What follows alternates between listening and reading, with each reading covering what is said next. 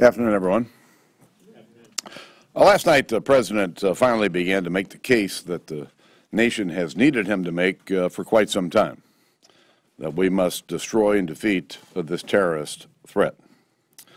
ISIL is a sophisticated and determined enemy, and in order to be successful, we must have a comprehensive strategy designed to destroy and to defeat it. I think last night the President made a compelling case for action. But as I said in my statement last night, there are still questions and concerns that remain. For example, I support the President's plan to train and equip Iraqi security forces and the Syrian opposition. But I remain concerned that those measures could take years to fully implement at a time when ISIL's momentum and territorial gains must be halted and reversed immediately. We stand ready to work with the President to put in place a plan that would destroy and defeat ISIL. Members are getting briefed as we speak on the range of options that the President is contemplating. Those briefings and consultations will continue. We delayed action on the continuing resolution yesterday to consider the President's request for authorization to train and equip the Syrian rebels that are fighting ISIL. We're doing our due diligence here and discussing all of this with our members, and frankly, it's the right thing to do. Yesterday, we came together to honor the fallen heroes of 9/11 with the Congressional Gold Medal, the highest honor we can bestow. And today, we pay our respects to their families. We never forgot them, and just as we'll never forget our responsibility to confront evil and to defeat it. You've said multiple times from that podium that the President goes it alone too much. He doesn't respect the constitutional power of Congress. So given that, why not be much more active and have a vote to give the President authority, to have a congressional marker on this if this is such an incredible threat? I do believe it would be in the nation's interest. I would believe it's in the institution of the Congress's interest to speak on this question. Now, normally, in such a case, I've been through this a few times over the 24 years that I've been here, the President of the United States would request that support and would supply the wording of a resolution to authorize this force. And at this point in time, we've not gotten that request. We've not seen that language. But if the Congress is such an equal partner as it is, why not write a resolution on your own? Typically, in my time here in Congress, that's not how this has happened. That the President would make that request, and the President would supply the language for the resolution. Do you believe the support is there? Do you believe a resolution will pass? I think that we're at the beginning stages of building the kind of support that's necessary from the nation to carry out this plan and to carry it out successfully. But we're at the beginning stages of this. Will it be done in this work period as the President requested? Now, you're talking about two different things.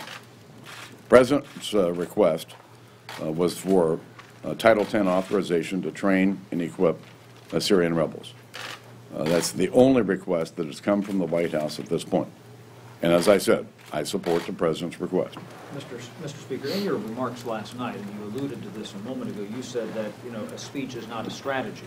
That implies that maybe you don't think that he has fully laid out a strategy and that you think he is all in. Is that the case?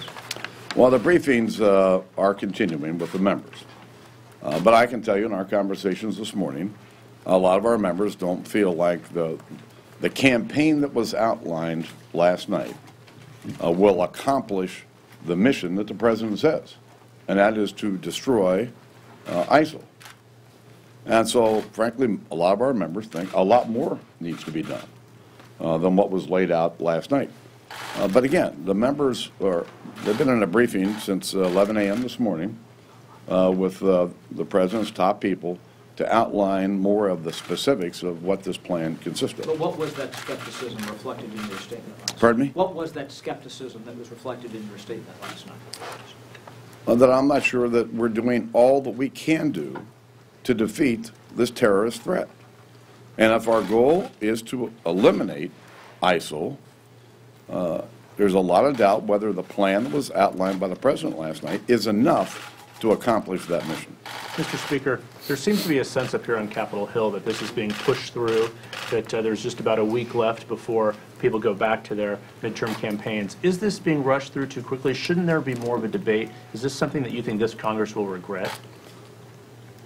The president on Tuesday, while I was at the White House, made this request of a specific request to have the ability to train Syrian rebels. I wanted to make sure that members have ample time to have the conversation about this. Started today, and it will continue. And we'll make a decision sometime next week on how we will proceed. Chairman McKeon just told a group of reporters that the decision has been made for 2 votes, a vote on the authorization and then a vote on the CR. Is that true? That is not true. It's not true? The Chairman has it wrong? Look me in the eye. There's no decision been made on how we're going to proceed. Okay. Could you tell us what your preference is? Do you believe that it would be best to have a separate vote on the Title X authorization apart from the CR? Or are you okay with just embedding Title X authorization within a much larger legislative piece?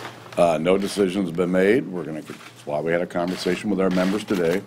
These are serious discussions. This is a very serious issue and ought to be handled that way. And that's why these conversations are going to continue over the weekend so that the Congress has ample time to consider the president's decision and to act on it. Mr. Speaker, do you think, based on all the information you've been given, that the Syrian fighters would be a trustworthy and competent approach? Many Americans are concerned about U.S. arms going to a force that we don't know everything about. Do you think they can be effective? Based on all the information that I've looked at, the Free Syrian Army has, by and large, been very well vetted by our intelligence officials. Today, they're in a fight against Assad, they're in a fight against ISIL, and they're in a fight against another al-Qaeda affiliate in eastern Syria. And they're about to get run over. An F-16 is not a strategy. And airstrikes alone will not accomplish what we're trying to accomplish. And the president's made clear that he doesn't want U.S. boots on the ground. Well, somebody's boots have to be on the ground. And so I do believe that what the president has asked for, as the commander-in-chief, is this authority to train these Syrian rebels. And frankly, we ought to give the president what he's asking for. So, if I'm hearing you correctly, it sounds like there will, at a minimum, be a vote to give him the authority, the narrow authority he's been seeking. And the question is whether you go beyond that and the timing, and if so, the timing of that action.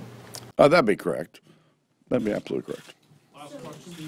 Can you talk about how long you let the continuing resolution sit out there? Obviously, you pulled it so that you could see what the president wanted, with the understanding that maybe you slip it into that. But at some point, do you have to decide to move the CR one way or the other next week to make sure it gets done? Oh, I would hope so. I would hope so. There's no reason for it to last or be around here that much longer. Yes, one. The president is wrong then to take U.S. combat troops on the ground in Syria off the table right now? Listen, we only have one commander-in-chief. He laid out his plan. I would never tell the enemy what I was willing to do or unwilling to do. But he is the commander-in-chief. He made that decision. At this point in time, it's important that we give the president what he's asking for. And we've got to keep our eye on the ball. The issue here is about defeating a terrorist threat that is real and imminent.